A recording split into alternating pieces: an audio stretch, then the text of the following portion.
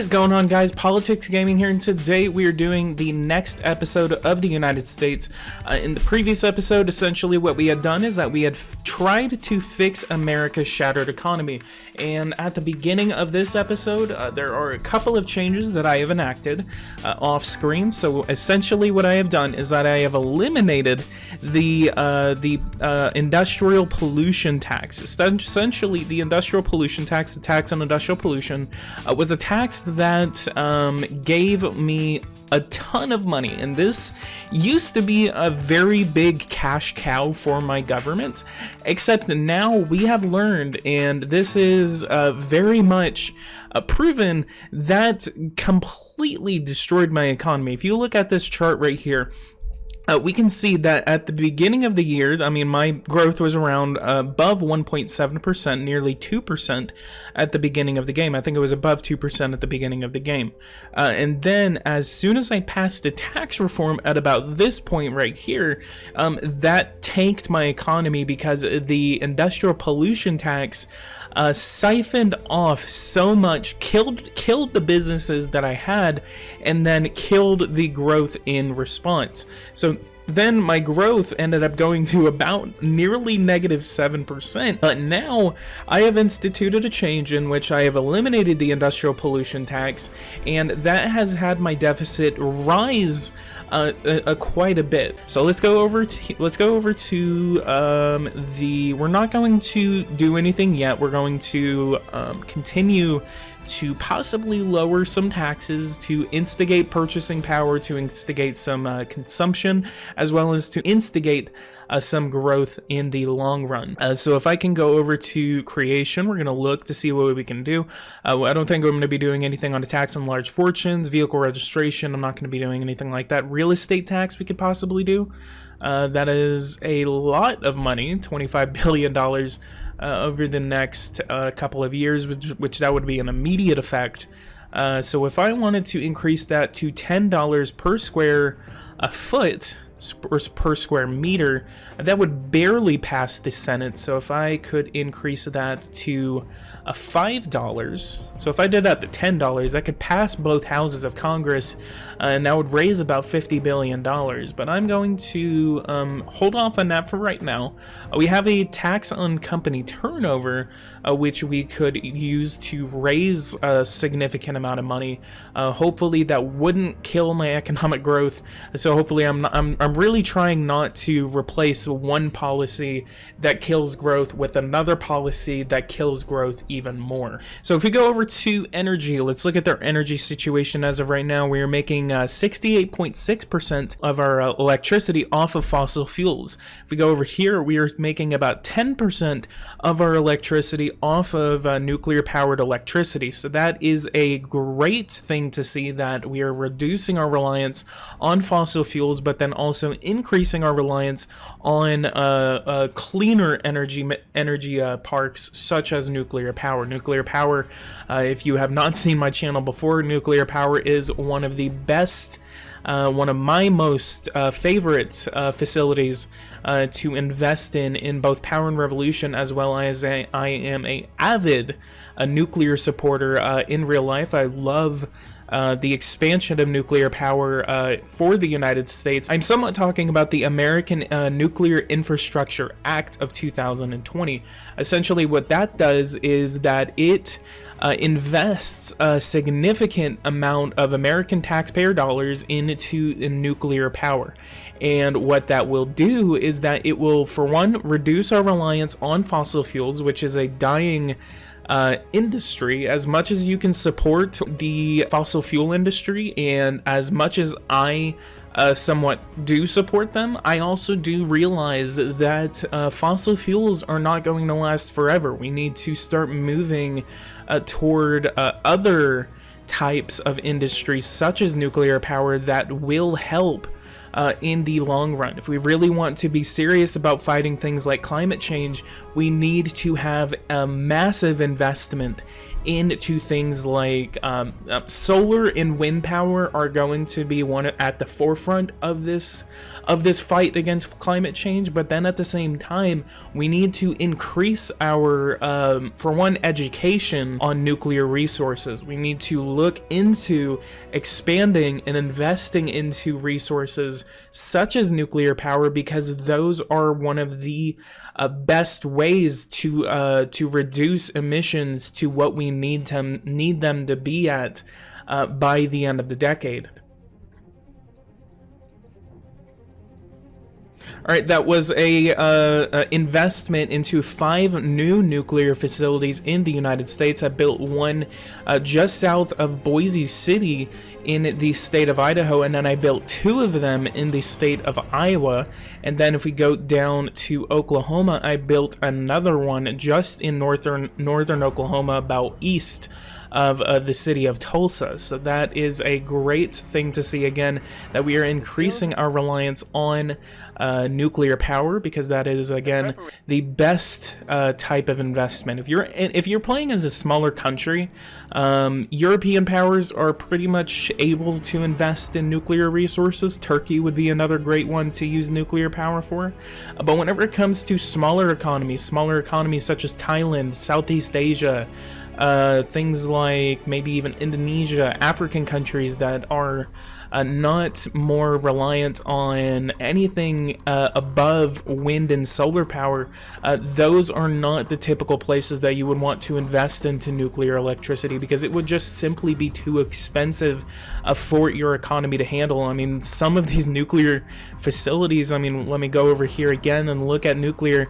If I invest fully into these, annual reimbursement, that's bigger than a sizable chunk of a lot of different countries' economies. I mean, that's the entire GDP of probably at least several dozen countries. If we go over to charts, and then we can go over to economy, go over to GDP, we can look at the smallest GDPs, and then that nuclear facility, $16 billion, is about larger than Armenia, Jamaica, Mongolia, Albania, Guyana, Malta, and even Benin. So those countries, I mean, if you're playing as any country like this, I mean, you're not able to invest into nuclear resources, because, again, I mean, those facilities are just as expensive as your own economy in general. So if we all go over here and look at our GDP up for public debt is now 105%. So that is awesome to see that our GDP to debt ratio is not as large as it was in the previous episode. And we have more great news for this episode. If we go over here, we paid off $434 billion from our debt. That is awesome news to see that we are paying off significant portions of our debt right now. So let's go over to debt. Let's see what's going on to debt right now. We did invest a significant amount of money, over $100 billion, into 5 new nuclear facilities. So if we go over here and look, we can see that the next debt, next loan, we are actually going to be getting a loan in the next quarter. So we apparently want to borrow about $200 billion from international lenders, including our own selves. Apparently we want to borrow about $44 billion. Most of the time that you're going to be borrowing money in this game, you're going to be borrowing a lot of that portion of money. Most of the time it's going to be from yourself, especially if you are a larger economy. Usually your economy is going to be invested into by your own billionaires. I mean, it's talking about billionaires, regular investors, people who are actually buying bonds for your economy. So that is one of the other ways that you can do that. Let's go over here, rehabilitation of buildings. So if we can go, let's do about 100,000 houses. That's going to be $3.5 billion, and then $17 billion over the next 5 years. Now let's go over here to monthly rent allowance increase. Now let's go ahead and increase this to about $350.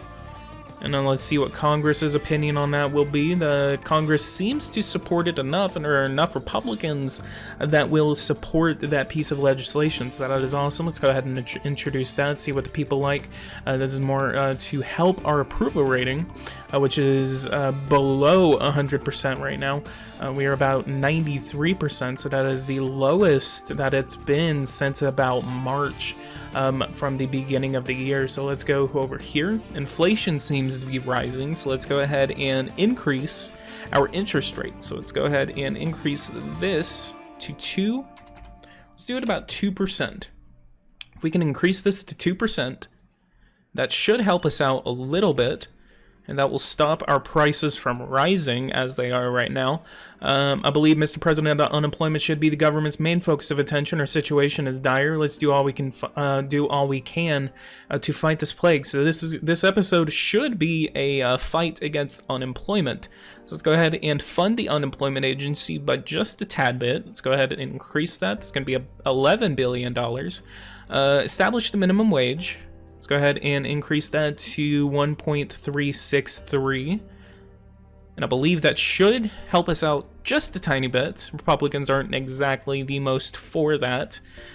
So let's go to the next day, see what kind of protests we have. We have no protests against us from the Republican parties. Establish the minimum solidarity allowance, so we have that at about $200. Let's go to allowance for job seekers, and then let's go ahead and extend that to 10 months. Well, no, we're not going to do that because I think that will cause a protest against us in terms of government dependency because of our welfare system. So let's go to the next day, see what happens, and nothing happens as of right now. We are now on October 6th. So let's continue to go over a week. All right, and more good news for this episode as of right now. Our growth rate as of in this quarter, at the last quarter of the year, if we actually look, our growth rate is now 4.29%. As of right now, in contrast with the previous estimate of negative 5.94%. That is a very good provision compared to the previous quarter's very bad recession that we were suffering until this point. So that is great to see that the American economy has now recovered from the recession that we were suffering only months ago, only in the previous episode. Let's go to this, our unemployment rate for the last quarter stands at 6%. As a reminder, the rate for the previous quarter was 8%. Well done. We have made great progress on unemployment. Overall, the results are good. So that is awesome. We are fighting unemployment. We are fighting the recession, and we are paying off our debt. These are 3 massive accomplishments in this 5th episode of the United States. Thank you, Joe Biden, I guess. Who do I have to thank but myself and Joe Biden for recovering the American economy in the span of 1 year. That is an awesome economic recovery to see us go through. We have increased the minimum wage, so let's go to industry. Let's go ahead and grow a couple of sectors that we have not been supporting in this episode. So what we're going to be doing, let's go to automobile construction, or aeronautical construction. We're going to be doing both aeronautical and automobile. So let's look at aeronautical. This needs electricity, steel, aluminum, electrical materials, electrical components, and then carbon nanofiber whenever we unlock the carbon nanofiber industry. So let's go over to automobile construction. This one only needs electricity, steel, and electrical materials. So to support these sectors, let's go down to electrical materials, and let's give electrical materials $1 billion. So it's, since 2 different sectors that we're going to be concentrating on are going to be needing electrical materials, we're going to be concentrating on electrical materials. And then let's go to electronic components, and let's get them another $1 billion worth of subsidies. And then for this, let's go ahead and exonerate both of these sectors. Exonerations, essentially what they do is that it eliminates their income tax that they generate for those respective sectors. I recommend doing that only for sectors that do not produce that much in terms of income tax, because, you know, if they're making their income tax is only going to be calculated depending on what their profits are going to be. So if your productivity index is lower, then your income tax will be lower. If your productivity index is higher, then your income tax will follow your productivity index. I actually just figured that out.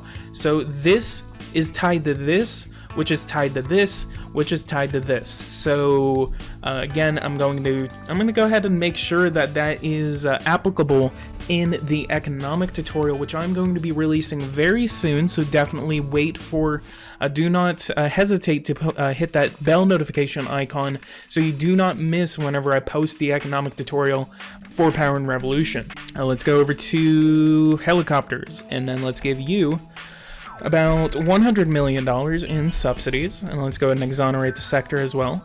And then let's go over to jewelry. Are we making a lot of jewelry? Let's go ahead and give you about $200 million in subsidies.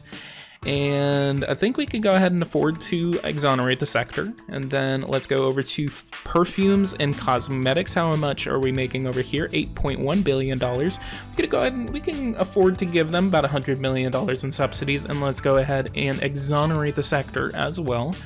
And then let's go to software industry. We are making a lot of money off of software industry, but we think we have room to expand. So let's go ahead and give them about a $250 million subsidy. That will increase it by about 0.01 right now. So let's go ahead and exonerate the sector as well. Try to instigate as much growth as we can. Let's go over here and then give them $500 million in subsidies. And that increases our production to about nearly 10%. So let's go ahead and give them an exoneration as well. What does the tire industry need? So they need electricity, steel, and plastics. So let's go over to steel. Let's go to steel and let's exonerate the sector as well. We're already giving them some subsidies, so we don't need to worry about subsidies right now. Other surface ships, nuclear submarines, paper. No, I don't think we're gonna worry about paper right now. Lead. Can we worry about lead? Maybe we can worry about lead. Whether they need water supply networks, that's all they need. So we have a very good production of water supply networks. Give them $500 million worth of subsidies. See what that does to our production. Let's go ahead and give them an additional $1 billion worth of subsidies. That increases our production to about 20% of the world's production. So then let's go ahead and exonerate the sector as well. They're only making $2 billion in sales and $484 million in profits. So once we get that above about $1 billion in profits, I think we will raise the exoneration. And then the other ones, I think what we're going to be doing is that we're going to leave them exonerated just for maybe 6 months to about a year. So around the middle of 2022, maybe before the election, we will raise those exonerations just to make sure that we are making enough money from those sectors that they are paying their fair share. So we're going to give them the economic incentive to produce more, but then once they make a significant amount more than the previous estimate, then we will raise the exonerations that we have not given them. So let's look over here. We're only making $10 billion worth of profits in the automobile sector. So if we can, I think what we're going to do, we're going to exonerate the automobile construction sector. We are only making 0.2% of the income tax that we are making from the $10 billion of profits that they are making. They're making $205 billion in sales for the automobile sector. So I believe that hopefully we can help our sector if we exonerate it. And then let's go ahead and apply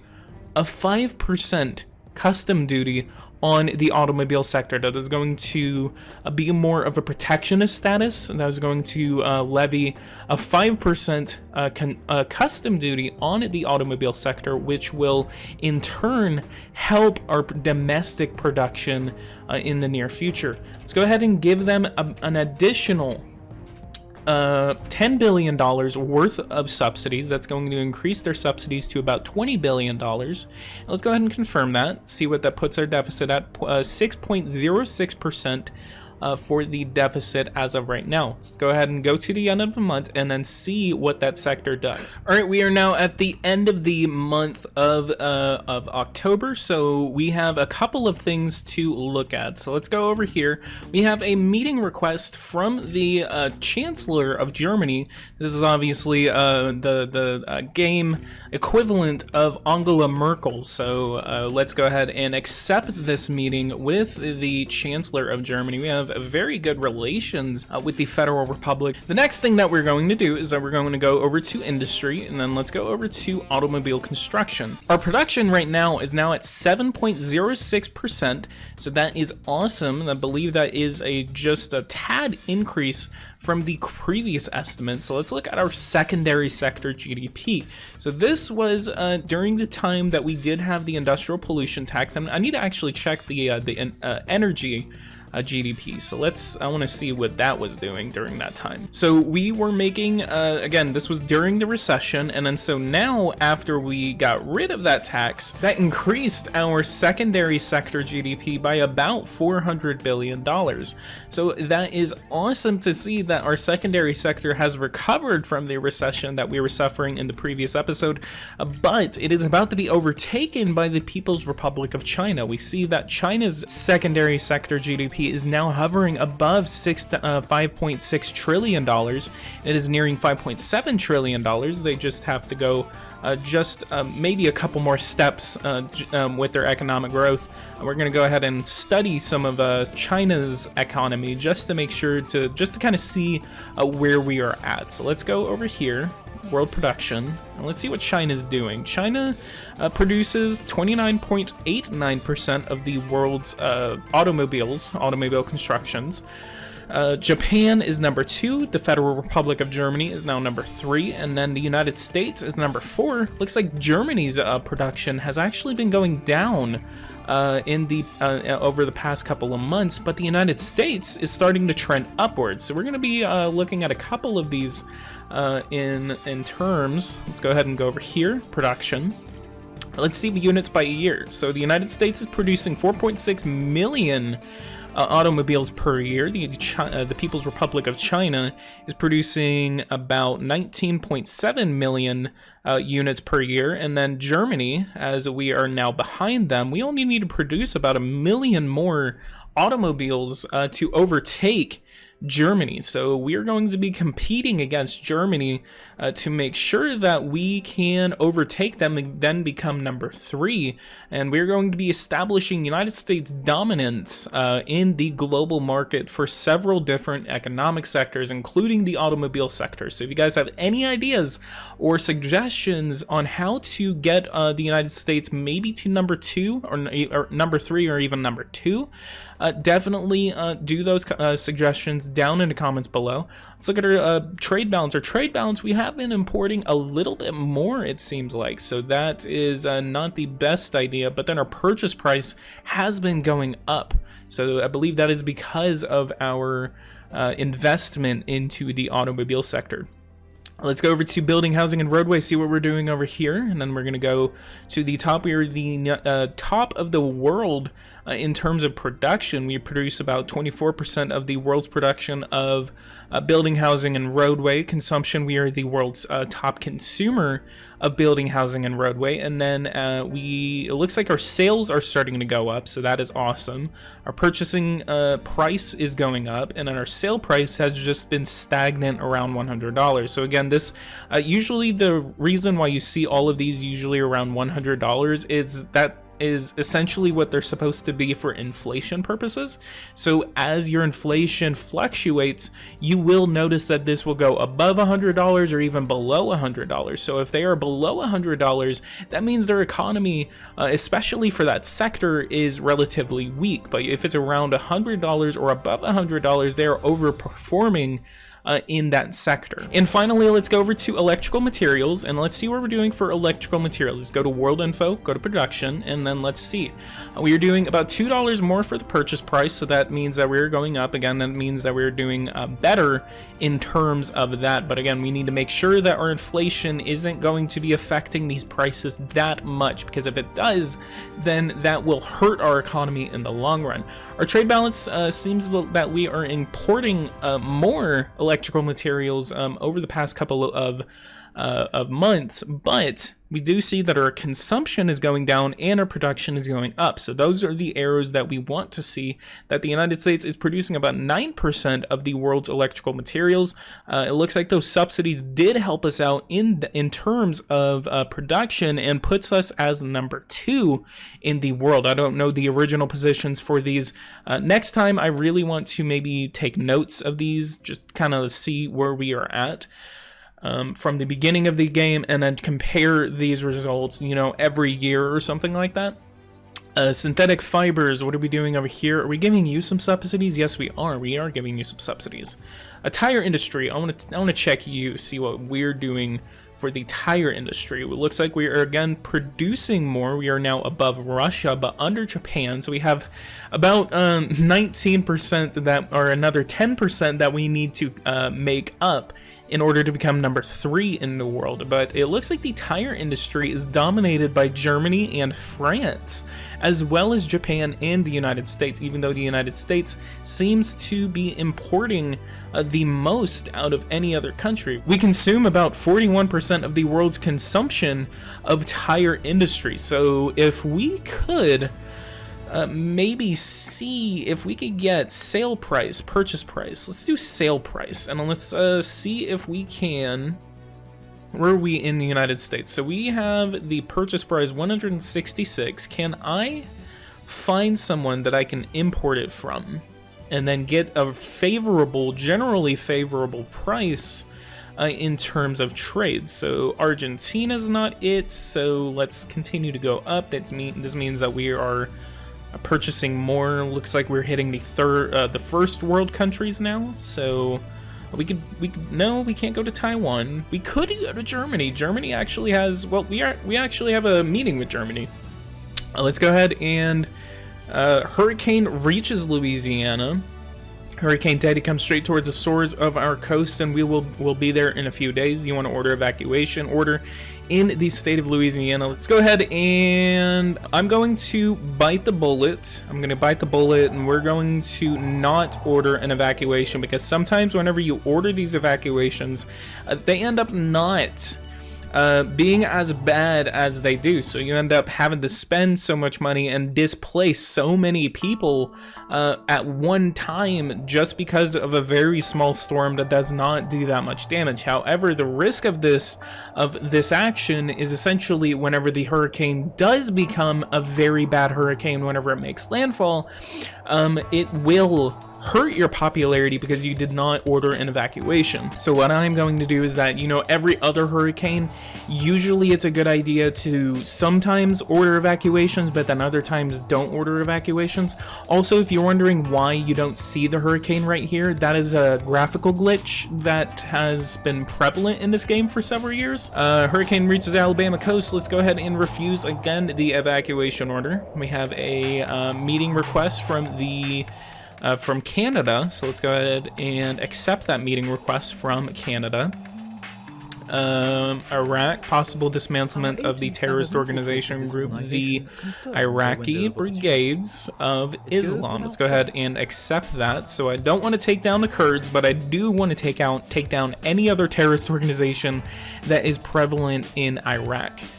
We are now at a 7.1% federal budget deficit right now. That is going to hurt our economy in the long run. So we need to go over to taxation, and we need to again bite the bullet and tax on redundancies.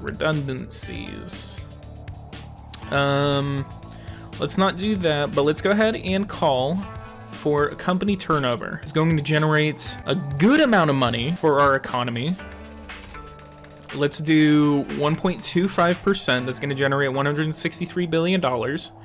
And Republicans will not be liking that, but we're going to introduce it anyway. Again, hopefully this does not kill our economy as it did in the other one. So this is going to be something that will help us in terms of money.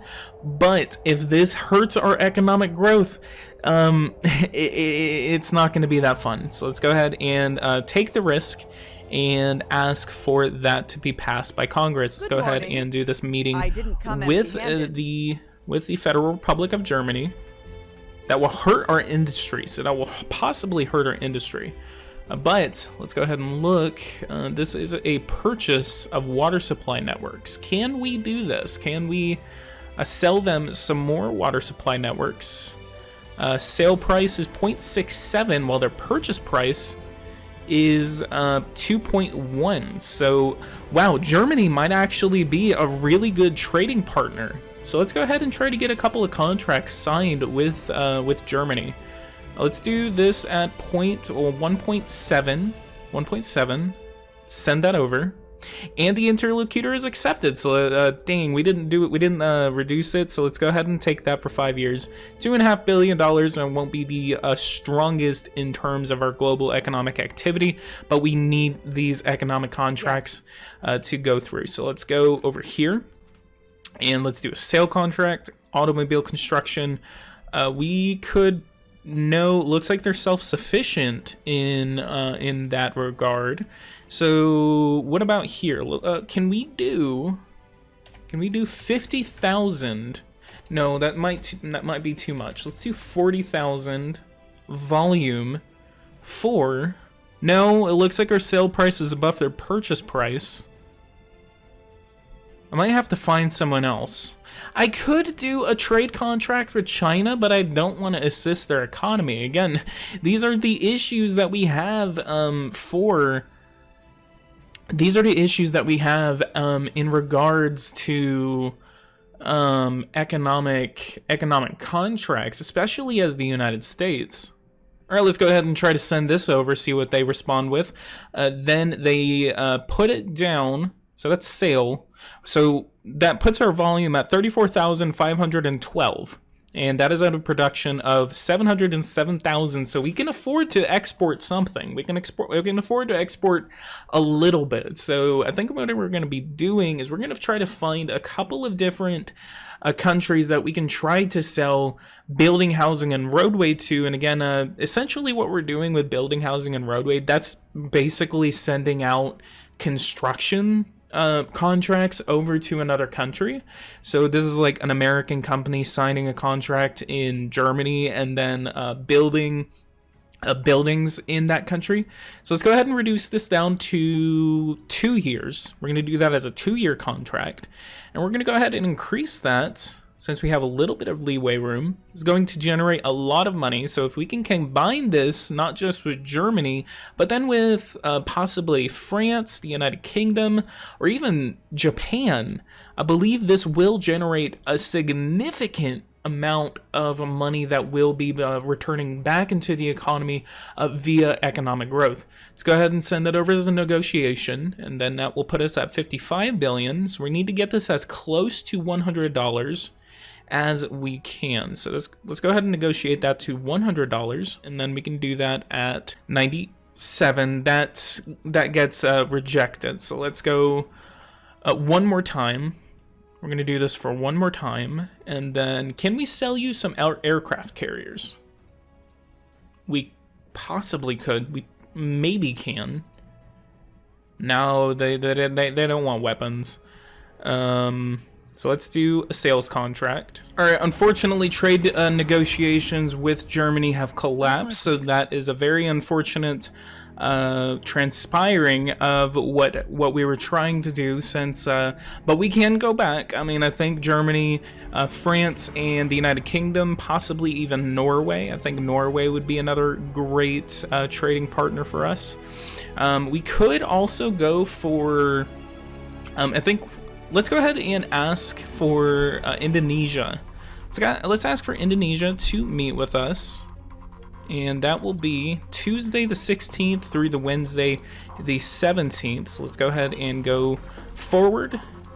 Hurricane Teddy strikes Louisiana, damaging roofs and ripping out all movable objects. The winds reached 180 kilometers an hour with gusts of 200 kilometers an hour.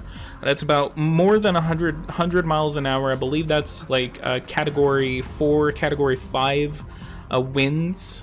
So that, unfortunately, again, is the downside of what happens whenever you don't evacuate your people.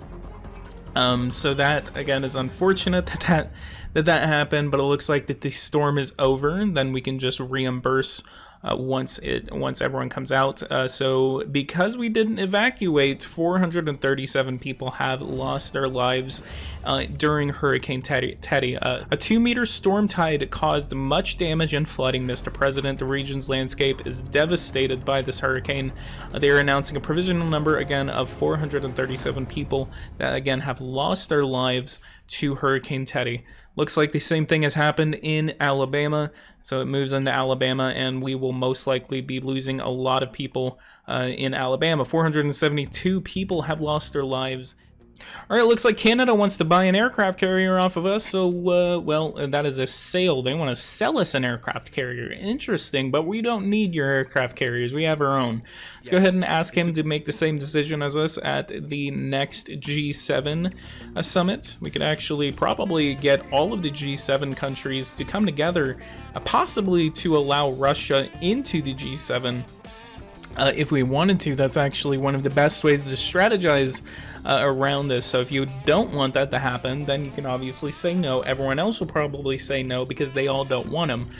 But if you wanted to do that, then that's possibly going to be the best way. The reason that Russia is not in the G7 anymore it was called the G8 before what had happened. But the reason that it's now called the G7 is because of Russia's invasion of Crimea. That was not internationally recognized by any country in the world except by a couple of breakaway republics as well as a lot of Russia's allies.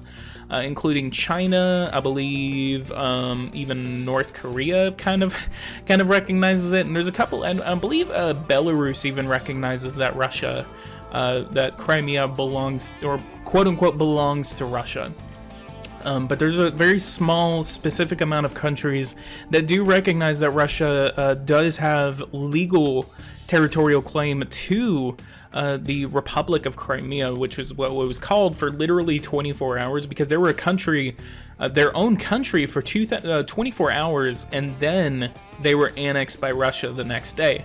So that was a very interesting set of events to see transpire, and I remember that because I was in school during the time, and I just remember just paying constant attention to what had been going on. I watched that there was a referendum, etc., etc. So that was very, very shocking and interesting to see, because it was literally history. Let's go over to military operations, see what we're doing over here. $168 billion being invested into our overseas troop bases. So what can we do to rectify this situation and reduce our spending on international bases? We could reduce our troop numbers in places like Germany, Italy, and Japan. We also have over nearly 50,000 troops in the Republic of Kosovo. That is a lot of troop investment in a very small country that we're not even allies with. Let's go ahead and see what our relations with Kosovo are. Let's look. Let's go over here, create a military alliance, and we have a non-aggression pact with Kosovo. But we have been there for so long that honestly, we could possibly just go for a straight up alliance. So let's go ahead and send that over to Kosovo. And in the case of any outside aggression, not naming any names, but if in the case of any outside aggression, we will use those troops to our full advantage and then help Kosovo defend its borders. So let's go to the next day, see if Kosovo accepts that provision, and they do not accept that provision. They do not want to become allies. Possibly a strategic move, or what else was that? Why do they not want to become an ally of the United States. We have one more meeting that we have right now, so let's go ahead and attend that meeting. We have the president of Indonesia in the White House today, so let's go ahead and offer him a coffee, tell him your country is splendid, and then tell him to make an effort in terms of human rights. Our country is confronted with... So he's confronted with many subversive undercurrents, so you understand why we are forced to apply a appropriate coercive policy. However, your request is not ridiculous, and it fits into a more lenient program that we have been wanting to incorporate for some time. So let's go ahead and say that. Let's go ahead and make a couple of sales contracts. Not even sales contracts, we're going to be importing some raw materials from Indonesia. So we already have 6.6 million tons of bauxite that we are importing from Brazil. We can actually get another one of these contracts set up, so let's go ahead and do this for 2 years. All right, and it looks like that company turnover tax did punch our growth just a tiny bit. Our Dow Jones seemed to have been increasing to about 16,000 points, but it looks like that our Dow Jones has slowed down just a tiny bit, but our deficit has gone down from 7% to about 6.22%. So that is awesome to see that our deficit is continuing to go down. This is higher than it was at the beginning of this episode. We're higher or just about the same. Well, it was around about 5% at the beginning of this episode. So I think this is about a 1% increase. So again, in the next episode, we need to make sure that we are on top of the situation, continuing to raise enough funds to where we're not being dependent off of certain taxes or anything like that. So we need to continue to improve the economy in the next episode and try to increase exports. Another great way to improve your economy is to increase the amount of exports that you're doing. So in the next episode, possibly with the tertiary sector, look at our exports in terms of the secondary sector. If we look right here, we were making $1.8 trillion in exports at the beginning of the game.